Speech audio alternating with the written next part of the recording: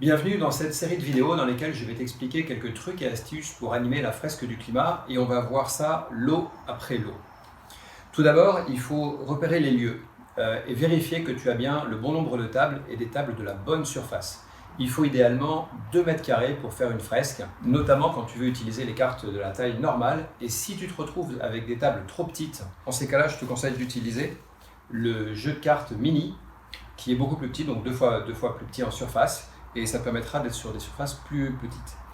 Donc pense à installer à l'avance ton papier sur la table, et ensuite il va te rester à trier les cartes. Donc déjà, au préalable, tu as mis ton beau t-shirt de fresqueur si tu en as. Donc maintenant, il va te rester à préparer le jeu de cartes.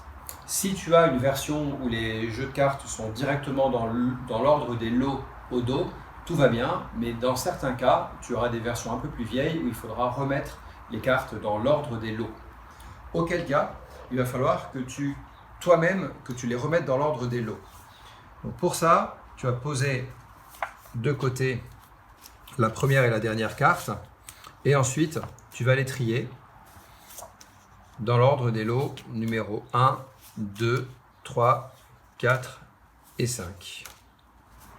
Là, j'ai un jeu de cartes dont on voit ici que les cartes sont directement classées par lot. Donc auquel cas, je vais juste avoir à séparer les lots pour que ce soit plus facile pendant la partie.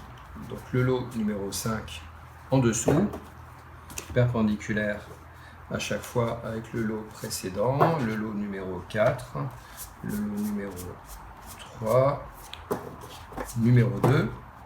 Voilà. Et ce tas, je vais le poser dans un coin de la table à disposition pour la suite. Les participants, on leur dit de ne pas les regarder tant que c'est pas bon pour eux. Pour les besoins de la vidéo, je vais utiliser le lot, la version des cartes mini. Donc, le lot numéro 1, lui, on va le mettre sur la table et on va mélanger les cartes de manière à ce que les gens ne soient pas influencés par l'ordre dans lequel elles étaient initialement. Et on va laisser les participants mettre ces cartes dans l'ordre. Ce qui va se passer en général, c'est qu'ils vont les aligner de la façon suivante. Quand tu arrives sur une table qui a mis les cartes dans cet ordre-là, tu leur demandes ensuite de les lire les unes après les autres en les retournant et puis ensuite en les remettant à l'endroit. En faisant ça, ils vont tomber sur la carte fond de la banquise, ils vont comprendre qu'ils se sont trompés et ils vont corriger le tir. Et à la fin, tu te retrouves avec les cartes disposées de cette façon. Donc là, tu vois qu'ils ont trouvé la solution.